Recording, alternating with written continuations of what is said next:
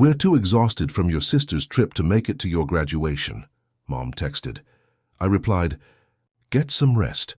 They had no idea I was Harvard's valedictorian. When my speech aired on TV, their phones couldn't stop ringing. Can you even imagine? My own parents, the day before my college graduation, texting me that they were too tired to come. Too tired from my sister's trip, no less. I just replied, "Rest well." But what they didn't know, what they absolutely couldn't have imagined, was that I was the valedictorian at Harvard. And my speech, it was about to go viral. By noon the next day, their phones were ringing off the hook, not mine. They were in a full-blown panic. Reporters were asking why their seats were the only ones empty. Have you ever felt utterly dismissed by your own family, only for your success to hit them like a freight train, making them finally realize what they'd lost? If you have, or if you're just wondering what the hell happened next, tell me where you're watching from and stay with me, because this is where everything changed. When I think back to my childhood, it's not the laughter or the chaos that stands out. No, it's the silence. The deafening quiet that followed every celebration that wasn't mine. We grew up in a tiny town in Indiana, the kind of place where everyone knew your last name, and your worth was basically measured by how proudly your parents talked about you at church on Sunday. For the hearts, that pride had one name: Chloe. My little sister. She was pure sunshine, the golden one. She drew attention without even trying. And me? I was the older one, the afterthought. The quiet presence introduced with a single echoing line that would follow me for years. "This is Vanessa, Chloe's sister." Can you believe that? That sentence became my label, a tiny footnote in someone else's much bigger story. I still remember my 10th birthday, not because it was special for me, but because it was the moment I truly understood how invisible I'd become. Our living room was absolutely drowning in pink and gold balloons. But they weren't for me. Oh no. Mom had ordered a cake that read, "Congratulations, Chloe," in thick white frosting. My sister had won her first dance competition the week before. I stood next to it, forced into a smile for pictures that were never really mine, holding a slice of cake with my name spelled wrong on the napkin. Isabel. When I softly asked if maybe we could light some candles for my birthday, Mom gave me this gentle pat on the arm and said, "Oh, honey, we already have all this set up. Let's not make it complicated." So I clapped for Chloe with everyone else. Later that night, when the guests had gone, when the confetti was swept away, I found my gift on the table, an unused notebook. From Dad's office. The kind he got for free at work conferences. On the cover, in tiny, almost mocking print, it said, "Midwest Accounting Expo 2006. That night, while Chloe slept soundly, surrounded by her new pink trophies, I opened that notebook, and I started to write. I didn't know it then, but it was my first act of rebellion, writing down everything I couldn't say out loud. Chloe was 2 years younger than me, but somehow always 2 steps ahead in everyone's eyes. At school, teachers would light up when they saw her, already adoring the sweet, confident heart girl. When people realized we were sisters, they'd always raise their eyebrows and say, "Really? You two don't look alike," as if that explained everything. Chloe was graceful, effortless. The kind of girl who knew how to make people love her without even trying. Me, I was the girl who fixed the Wi-Fi, the one who stayed after class to finish the lab setup, or sat in the back reading manuals for fun. It didn't matter how high my grades were or how often I helped others. When family gathered, every single conversation circled back to her.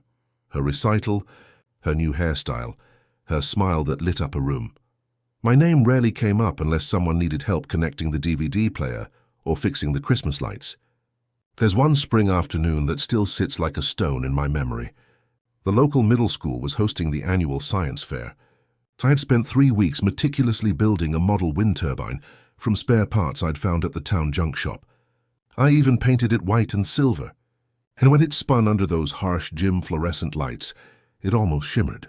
When they called my name for first place, the applause felt like a sudden burst of sunlight breaking through heavy clouds. I looked toward the audience, instinctively searching for the faces that mattered most. Mom, Dad, maybe even Chloe. But the row of seats where they should have been? Empty. I kept smiling as the principal shook my hand, the camera flashes popping. But inside I felt this sharp, hollow ache. Later that night, Mom apologized over dinner. "Sweetheart, we really wanted to come," she said, not looking at me. But your sister had her prom fitting, and you know how hard those appointments are to get.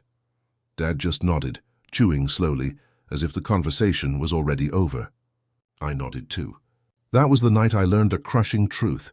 My achievements could only exist in silence. After that, I stopped expecting to be seen. Instead, I learned to find comfort in small hidden victories. I'd spend hours in the garage, taking apart old radios or fixing the neighbor's broken lawnmower. The smell of oil and dust became my favorite perfume. I liked how machines responded. Predictable, fair, they never chose favorites. If something didn't work, there was always a reason. And if you were patient enough, you could find it and make it right again. I think deep down I wished people worked the same way. Only Grandma Helen ever noticed how I shrank. She lived 2 blocks away, in a small white house that always smelled of cinnamon and lavender. One evening, after hearing about the science fair, she came to see me. I was in the garage, hunching over a radio, hands covered in grease. She didn't scold me for the mess, or ask why I wasn't inside helping Chloe choose dresses for her next recital. She just watched me for a while, and then she said softly, "You don't need applause to be valuable, sweetheart. Some of the brightest stars burn quietly, where no one looks." I didn't answer her, but her words stayed with me, echoing louder than any praise I had ever received. Over the years, I learned how to live in that shadow without letting it crush me. At family dinners, I'd smile when Chloe spoke. When Mom boasted about her dance scholarships, or Dad pulled out new photos to show their friends, I passed the dishes. I nodded, and I quietly withdrew. I became the calm one, the reliable one, the one who didn't need attention.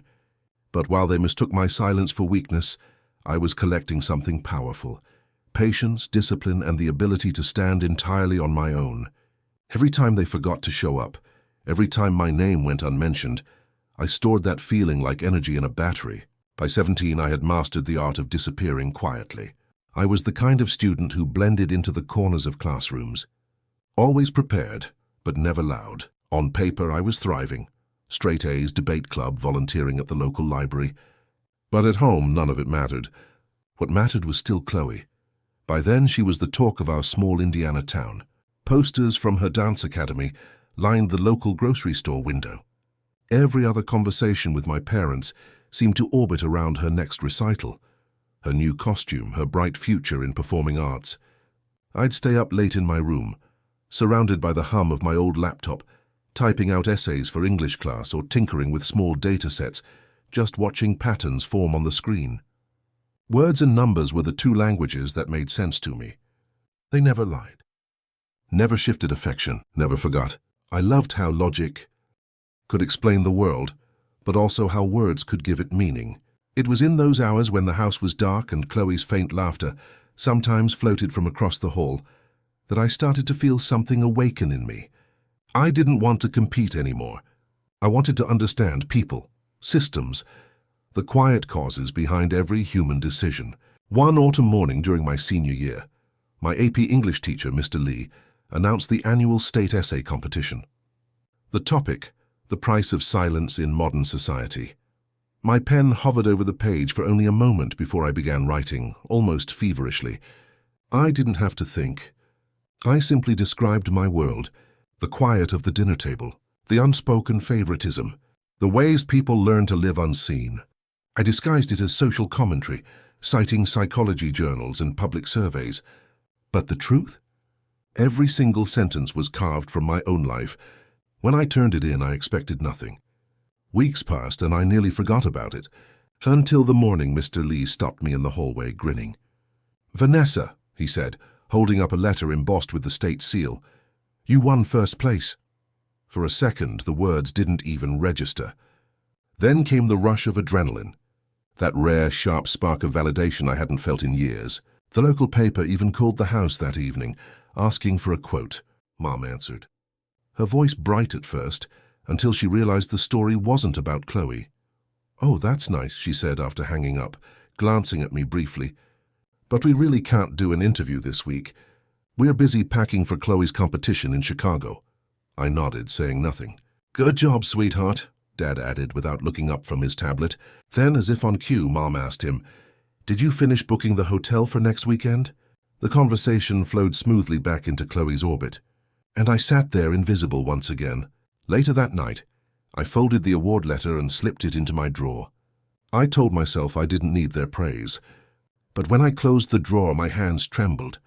Not from anger, but from the crushing realization that no matter how hard I tried, home would never be a place that truly saw me. That same week, Mr. Lee called me into his classroom after school. "I've been watching you for 3 years now," he said, leaning back in his chair. "You think small because they make you feel small, Vanessa. But you don't belong in this town forever." He told me he wanted to recommend me for Ivy League schools, Harvard, Yale, Princeton, whatever I dared to reach for. The words felt foreign, almost impossible. Harvard was something that existed in news articles, not in the life of a girl who fixed the family Wi-Fi and ate dinner alone most nights. But he handed me a sealed envelope. "I've written you a letter of recommendation," he said. "A strong one. Don't let anyone talk you out of applying. Are we clear?" That night I opened my laptop and stared at the Harvard application portal. I filled in the fields slowly, each click feeling heavier than the last. For the essay, I wrote about building belonging in invisible spaces. It wasn't dramatic. It was honest. I described how silence could be both a wound and a source of strength, how those unseen often learn to listen deeper, to notice what others overlook. When I finished, I sent it off and shut my computer, my heart pounding like I'd just shouted for the first time in years. When Grandma heard about my essay, she came over the next afternoon carrying something wrapped in an old silk scarf. She handed it to me carefully. Inside was a small leather-bound notebook, its cover worn and soft from age. "It was mine when I was your age," she said. "I used to write poems in here. When life made me feel small, I wrote until I remembered who I was. You should do the same. Write your voice before the world tries to rewrite it for you." I traced the edges of the notebook, the faint scent of cedar and ink rising from it, and for the first time in a long while I felt truly seen. Not as Chloe's sister, but as someone with her own story to tell. Months later, in the middle of a snowstorm, the letter came. I found it in the mailbox, its crimson crest gleaming through the frost. My hand shook as I tore it open on the porch, snowflakes melting onto the paper. "Dear Vanessa Hart, it is my pleasure to inform you that you have been accepted to Harvard College." The words blurred as tears filled my eyes. I stood there, the wind cutting against my face, but inside I felt a warmth blooming. Proof that every quiet hour, every ignored victory had led me here. When I walked inside, Mum was on the phone, laughing about Chloe's new recital costume. I waited for her to finish, then held out the letter, unable to hide my trembling. "I got in," I whispered. She blinked, paused, and then smiled faintly. "Harvard? That's far, isn't it? Are you sure you want to go that far away?" Dad looked up from the couch and added, "You'd have more support if you stayed close to home. Chloe could use your help with applications next year." Their words felt like snow, soft, cold, and heavy. I nodded again, quietly folding the letter and pressing it to my chest. That night I wrote in Grandma's notebook, "They don't see it yet, but someday they will." I didn't know then that Harvard would become more than a school. It would become the proof that I existed beyond their shadow. The beginning of my own story. And even though my family reacted like it was nothing, I could feel the wind changing direction. Somewhere between the silence and the snow, I had taken my first real step away. The first time I stepped through the gates of Harvard Yard, I thought I'd crossed into another world. The air felt different, crisp, charged with the quiet hum of ambition. The autumn leaves had just started to turn, painting the cobblestone paths in shades of amber and rust. Students hurried between classes with steaming cups of coffee, their laughter echoing under the Gothic arches. I remember standing there, suitcase in hand, staring up at the bell tower of Memorial Church and whispering to myself, "You made it." But underneath the excitement was a sharp ache, a thought I couldn't shake. No one from home cared enough to see this. My dorm was in Mather House, a red brick building overlooking the Charles River. My roommate, Maya Patel, was everything I wasn't: outspoken, confident, and endlessly curious. She introduced herself before I even finished unpacking, asking about my major, my hometown, my favorite books. We talked until midnight that first night, and when I told her I came from a small town in Indiana, she smiled. "Then you must have fought hard to get here," she said simply. I didn't correct her. She had no idea how hard. Harvard life was beautiful and brutal all at once. The mornings smelled of espresso and ink, and the nights were lit by the glow of laptop screens and dorm windows. I worked part-time at Widener Library to pay for meals that my scholarship didn't cover, shelving heavy volumes long after the building emptied out. The rhythm of the scanner beep, the rustle of old paper, it became a lullaby of survival. Some nights I'd stay until the guards turned off the lights, then walk back to my dorm through the fog, rising over the river. My stomach growled more often than not, but I told myself hunger was just another form of discipline. I learned to stretch everything: time, money, energy. Instant ramen became a staple. So did second-hand textbooks and thrift store coats.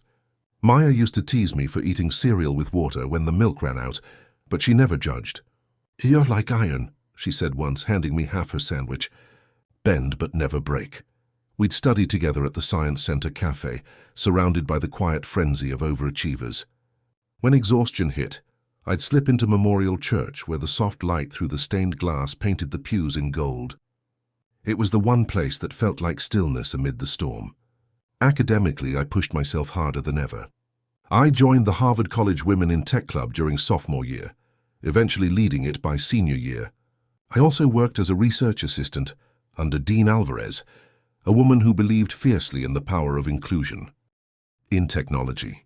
She became the mentor I never had. "Talent means nothing if it isn't shared," she told me one afternoon as we reviewed data sets on healthcare equity. That conversation changed the direction of my studies. I shifted my focus toward using data and AI to improve medical access in low-income communities. For the first time, I wasn't just chasing grades. I was chasing purpose, but success didn't erase the loneliness. Each time I received an award or presented research, I'd glance at the row of chairs reserved for family at the back of the auditorium. They were always empty. The reserved signs fluttered slightly in the air conditioning, mocking reminders of who hadn't shown up. I told myself it didn't matter. But when the ceremony ended and other students ran into the arms of their parents, I felt that old ache return. The same ache from the empty seat at the science fair years ago. Mom's texts came rarely, and when they did, they were never about me. "Your sister just got back from her trip to Italy. She sent us the prettiest photos." Or, "We're so proud of Chloe, she got a mention in the town paper." There was never a "How are your classes?" or "We miss you." I used to reply politely, tell her congrats, but eventually I stopped answering altogether. It wasn't bitterness. It was exhaustion. You can only reach for someone so many times before your hands start to tremble from the weight of disappointment. Still, I built something of my own. During junior year, I led a team project that used predictive models to optimize medical supply distribution in rural hospitals, a prototype that later caught the attention of a Boston nonprofit.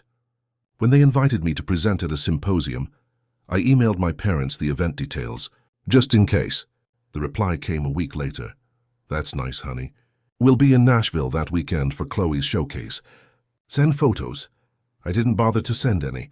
But that night, as I stood on stage explaining our algorithm to a panel of professionals, I imagined Grandma sitting somewhere in the back, nodding proudly. It was enough to steady me. Maya became the closest thing I had to family there. When winter break came and the dorms emptied out, she always insisted I visit her family in New Jersey. "You shouldn't spend Christmas alone," she'd say. But I usually stayed in Cambridge, volunteering at the community center, or taking extra shifts at Widener. I told her I preferred the quiet, though the truth was simpler. Going home didn't feel like home anymore. Every time I called, it felt like dialing into another planet. Chloe was thriving, as always. New job offers, new admirers, new reasons for my parents to celebrate. During my final year, Dean Alvarez nominated me for the Harvard Innovation in Public Impact Fellowship. When I received the letter of acceptance, Maya and I screamed so loud the RA came knocking. That night, she lit 2 small candles on the windowsill and said, "One for where you came from, one for where you're going." I laughed. But later, as I watched the wax melt, I realized how much I owed to the people who had shown up in small, quiet ways. The teachers, the mentors, the friends who filled the empty spaces my family left behind. Commencement season approached faster than I expected. I had been shortlisted to deliver the student speech at graduation, a dream I barely dared to whisper. When I received confirmation that I'd been chosen as the valedictorian speaker, I stared at the email for a long time. my throat tightening. It felt like everything. Every silent dinner, every ignored achievement, every lonely night, all of it had led to this moment. I wanted to tell my parents, to share even a fragment of that pride. But then my phone buzzed with a photo from Mom. Chloe on a beach in Santorini, captioned, "Our beautiful girl living her best life." I closed my phone and looked out the dorm window at the lights flickering across the river. In the reflection of the glass, I saw myself, tired, older, but still standing. I thought of Grandma's words from years ago. "You don't need applause to be valuable." She was right. Maybe they would never come to see me. Maybe that seat would always stay empty. But I was done chasing their gaze. From that point on, I decided one thing. I would give my best speech. Not for those who never showed up, but for those who did. Because if they wouldn't come to see me, the world would. The email arrived just after midnight, when the campus was silent, save for the whisper of snow brushing against the windows. I'd been revising a research proposal when my laptop pinged with a new notification from the Harvard Office of Student Affairs. I almost ignored it, thinking it was another update about graduation logistics. But the subject line made me freeze. "Congratulations, you have been selected as the 2024 Student Commencement Speaker." For a few seconds, I couldn't breathe.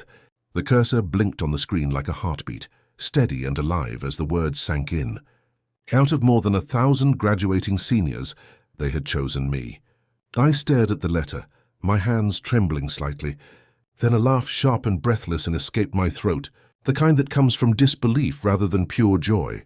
I reread it twice, searching for any sign of a mistake, any sentence that might start with "unfortunately." But it was real. I was the speaker, the voice of my class. The girl once forgotten at her own science fair would now stand at the podium of Harvard Yard, where presidents, poets, and scholars had stood before. Maya burst into my room a few minutes later, having seen my frantic text. "You did it," she yelled, pulling me into a hug so tight I could barely speak. We jumped around our dorm room like two kids who had just discovered gravity didn't apply to them anymore. "You're going to make them cry," she said between gasps of laughter. No pressure, though. The following week was a blur of meetings.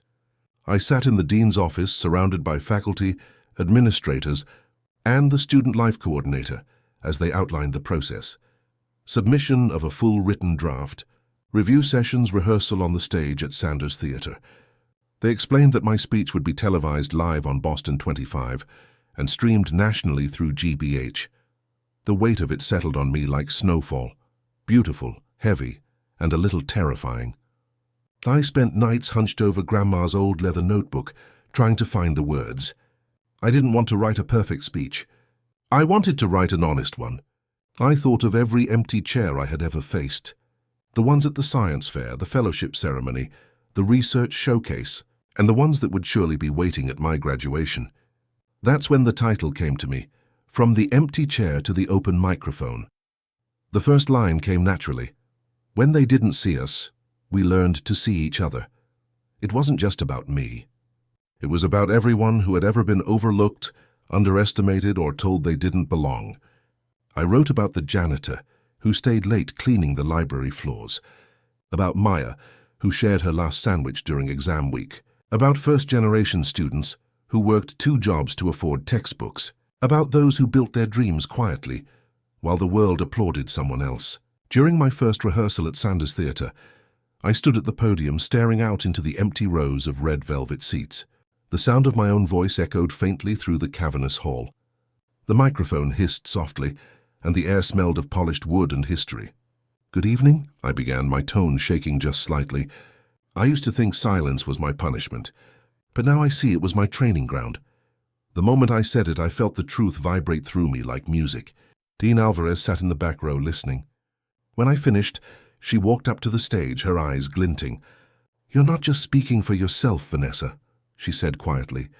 "You're speaking for every student who ever felt invisible. That's power. Don't be afraid of it." That night, lying in bed, I wondered if I should tell my parents. Part of me wanted to. The hopeful part that still believed maybe this time they would show up. Maybe they'd be proud. Maybe they'd even come early, sit in the front row and see me not as the shadow of Chloe, but as someone who had finally stepped into the light. I opened my phone and started typing a message. "Hey, I have some news about graduation." But before I could finish, another message arrived from Mom. "Just got Chloe's itinerary. She's going to Paris for a law conference. Can you believe it?" There was a photo attached. Chloe posing by an airport lounge with champagne in hand. My fingers froze. I deleted my draft.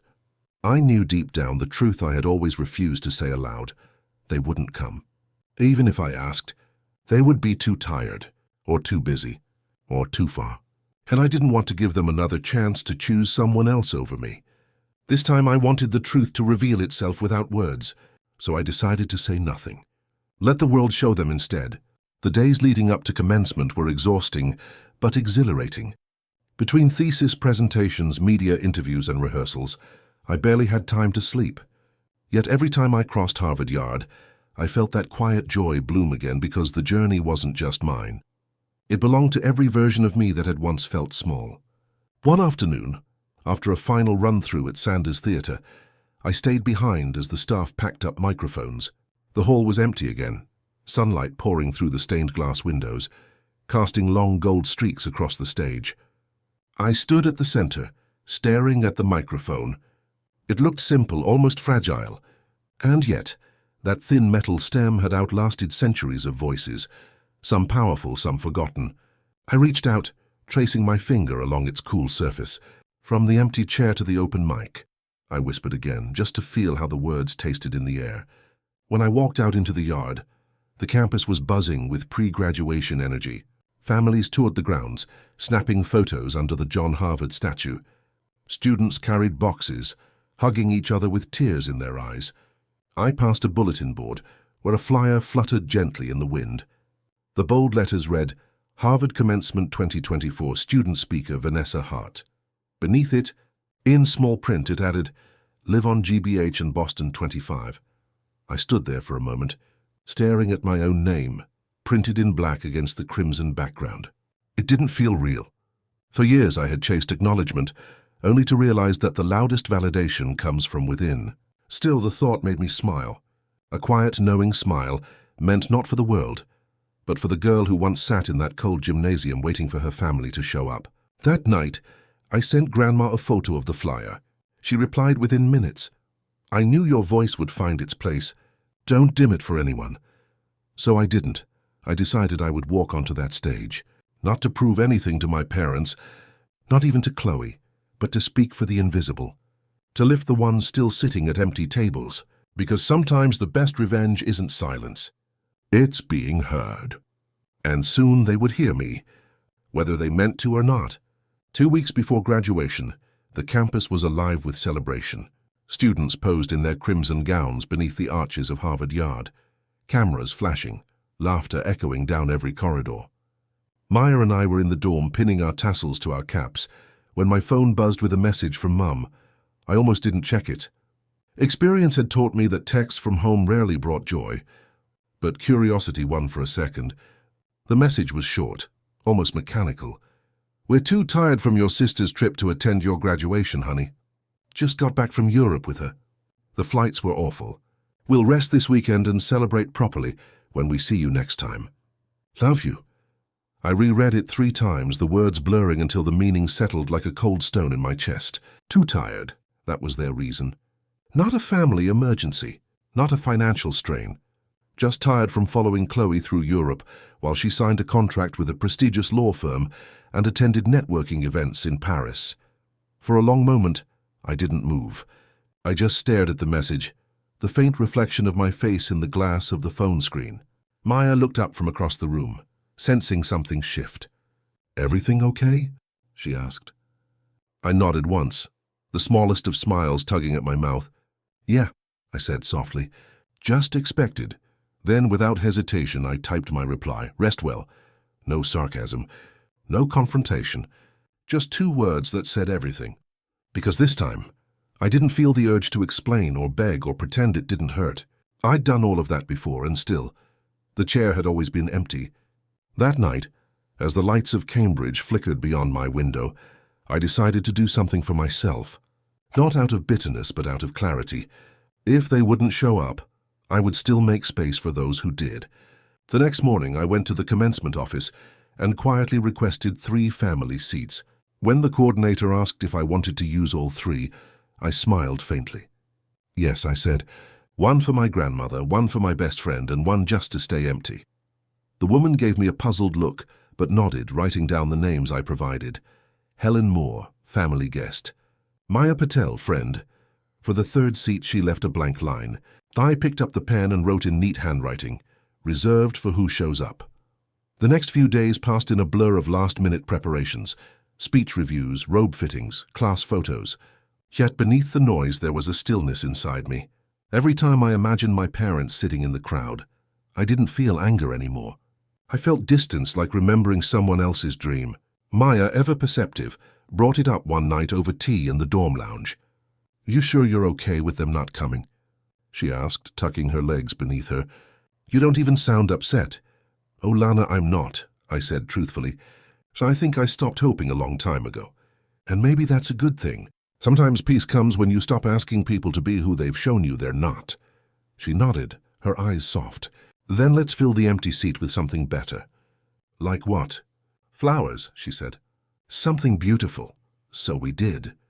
The day before graduation, we went to a small florist shop off Massachusetts Avenue. The air was thick with the scent of lilac and peonies. I chose white tulips, Grandma's favorite, and a single crimson rose in the middle, the color of Harvard's crest. It wasn't about mourning their absence. It was about honoring presence. The kind that required no applause, no explanation, no perfection. Back at the dorm, I arranged the flowers myself. The next morning, I'd place them on that 3rd seat. A quiet offering, a reminder that even absence can be acknowledged with grace. Graduation morning dawned with golden light spilling across the cobblestones. The air was sharp and bright, the kind of day that felt too big for disappointment. I slipped into my gown and cap, pinning a small silver brooch shaped like a book, the one Grandma had given me when I got my acceptance letter. Maya fussed over her camera, promising she'd record every second for Grandma, and for the archives of poetic justice, by God. When we reached her Centenary Theater, the place was already alive with color and sound. Hundreds of students in crimson robes, families waving from the audience, the hum of chatter mingling with the solemn notes of the orchestra tuning up. I handed the usher my seating card, and he guided me to the family section reserved under my name. 3 seats side by side, wrapped in morning light. Grandma arrived just as the bells began to ring, her steps slow but steady. She wore a pale blue coat and carried her cane like it was part of her strength, not her weakness. When she saw the seats, she smiled knowingly. "You left one open," she said. I nodded. "Always." She touched the bouquet gently, her fingers tracing the petals. "It's perfect," she whispered. "A place for whoever's heart remembers to show up next time." When Maya joined us, camera slung over her shoulder, she tucked one of the tulips behind Grandma's lapel and winked at me. "Ready to make history?" I laughed softly.